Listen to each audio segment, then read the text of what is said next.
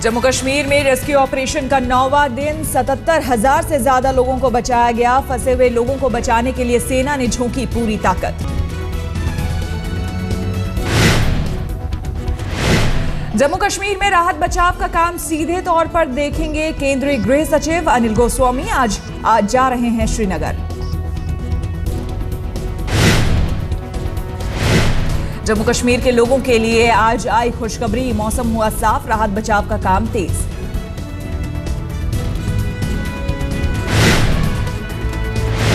श्रीनगर में संचार सेवा बहाल, निजी कंपनियों की मोबाइल सेवा भी शुरू, लोगों को मिली राहत।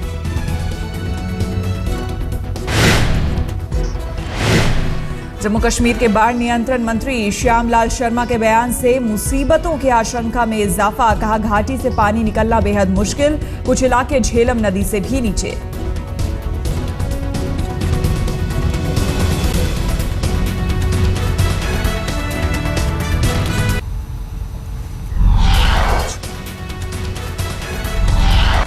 श्रीनगर में सेना के हॉस्पिटल में हालात बिगड़े, डॉक्टरों ने जारी किया इमरजेंसी। जलज माप की वजह से इंफेक्शन का बढ़ा खतरा।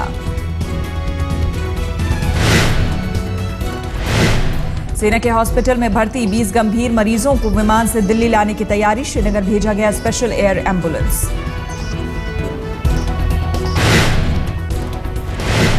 श्रीनगर के शेर कश्मीर हॉस्पिटल में बाढ़ पीड़ित मरीजों के इलाज में जुटे डॉक्टर। बड़ी संख्या में आ रहे हैं मरीज।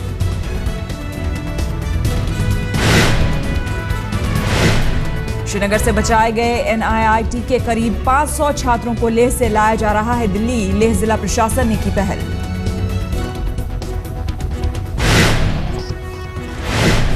एनआईआईटी के छात्र आंध्र प्रदेश, पंजाब, राजस्थान, एमपी, यूपी, बिहार, गुजरात और हरियाणा के रहने वाले छात्रों के साथ फंसे लोगों को भी लाया जा रहा है दिल्ली।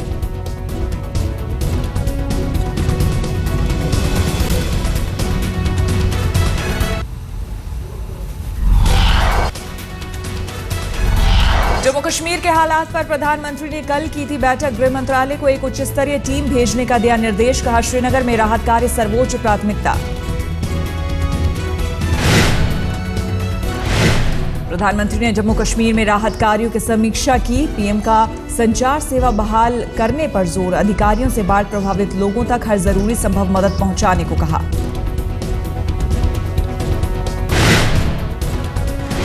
प्रधानमंत्री ने अधिकारियों को दिए निर्देश। रिलीफ ऑपरेशन में तेजी लाने के लिए दिल्ली और दूसरे राज्यों से सीनियर अफसरों को तत्काल तैनात करें।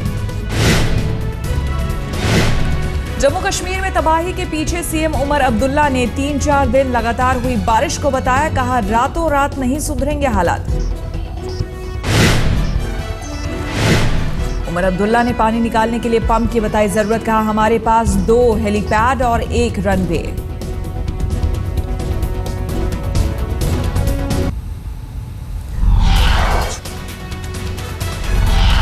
सेना के करीब 30,000 जवान, 80 ट्रांसपोर्ट एयरक्राफ्ट और हेलीकॉप्टर राहत अभियान में जुटे। दुनिया के सबसे बड़े हेलीकॉप्टर Mi-26D को भी ऑपरेशन में लगाया गया।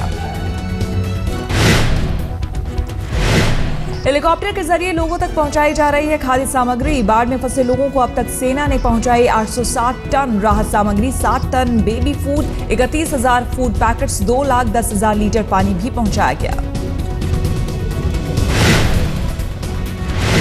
स्वच्छ भारत अभियान पर प्रधानमंत्री नरेंद्र मोदी शाम 6 बजे लेंगे प्रेजेंटेशन। प्लानिंग कमीशन, शहरी विकास मंत्रालय, ग्रामीण मंत्रालय, पेयजल स्वच्छता मंत्रालय बैठक में शामिल। 2 अक्टूबर को लॉन्च होगा अभियान।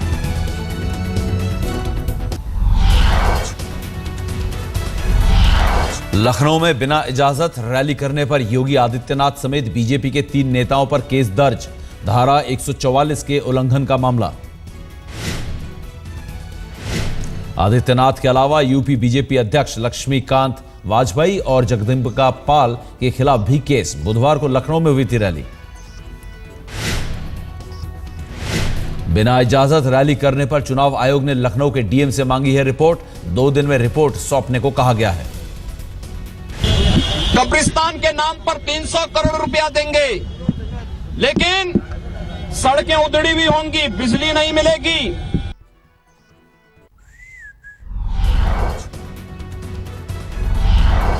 बीजेपी अध्यक्ष अमित शाह की बढ़ सकती है मुसीबत। लोकसभा चुनाव के दौरान भड़काऊ भाषण के मामले में मुजफ्फरनगर कोर्ट में चार्जशीट दाखिल। दोषी पाए जाने पर 5 साल की हो सकती है सजा। बीजेपी ने कहा चार्जशीट यूपी सरकार की चुनावी साजिश। यूपी सरकार ले रही है सियासी बदला। भड़काऊ भाषण पर राहुल, मुलायम और आजम खान को भी मिला था नोटिस। कांग्रेस ने अमित शाह के खिलाफ खोला मोर्चा। प्रवक्ता राशिद अल्वी ने कहा बीजेपी अध्यक्ष की हो गिरफ्तारी।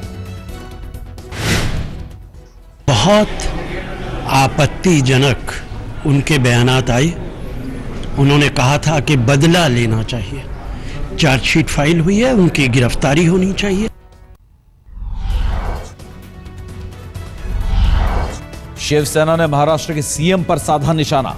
सामना में लिखा चुनाव के मद्देनजर काम करने लगे हैं मुख्यमंत्री पृथ्वीराज चौहान।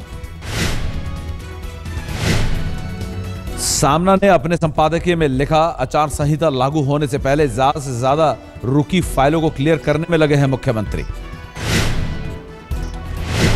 महाराष्ट्र में 4 निर्दलीय विधायकों की घर वापसी। जयकुमार गोरे, शिरीष चौधरी, सुरेश चौधरी और वसंत चौहान ने थामा कांग्रेस का दामन। अपनी सीटें एनसीपी के खाते में जाने से नाराज होकर सभी ने छोड़ दी थी पार्टी। अब कांग्रेस एनसीपी से वापस मांग सकती है सीटें। महाराष्ट्र बीजेपी अध्यक्ष देवेंद्र फडणवीस का दावा, शिवसेना के साथ सीटों को लेकर बातचीत अंतिम दौर में। जल्दी ही हो जाएगा सीट बंटवारे पर फैसला।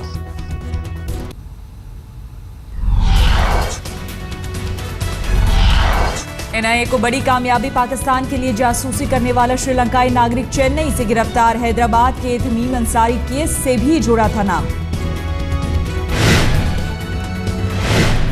गिरफ्तार अरुण सेल्वराजन के पास से श्रीलंकाई और भारतीय पासपोर्ट बरामद। इवेंट मैनेजमेंट की आड़ में पाकिस्तान के लिए करता था जासूसी। बैंगलोर में एक बार फिर मासूम बच्ची से दरिंदगी। ट्यूशन सेंटर में 10 साल की बच्ची से टीचर ने किया रेप। आरोपी टीचर पुलिस की गिरफ्त में।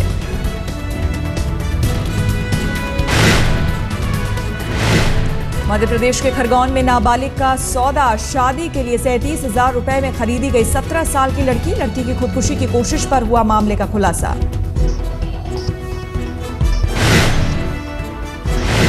रांची की तारा शाहदेव केस में 4 जजों से शुक्रवार शनिवार को होगी पूछताछ। पुलिस ने दिया नोटिस।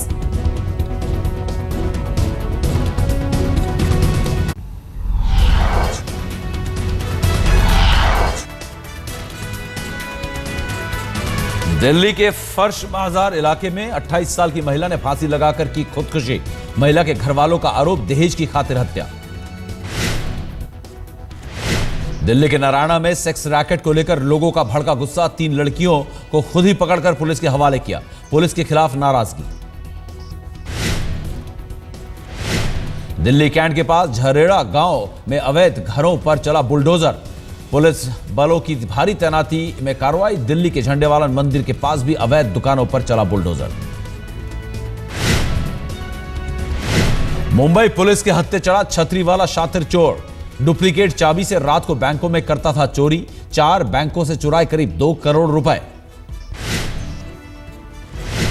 सीसीटीवी को चकमा देने के लिए छाता लेकर करता था चोरी। आरोपी ऋषिकेश बारिक ओडिशा का रहने वाला। पुलिस ने उसके साथ 3 और लोगों को किया गिरफ्तार। एक महिला बैंक कर्मचारी भी शामिल।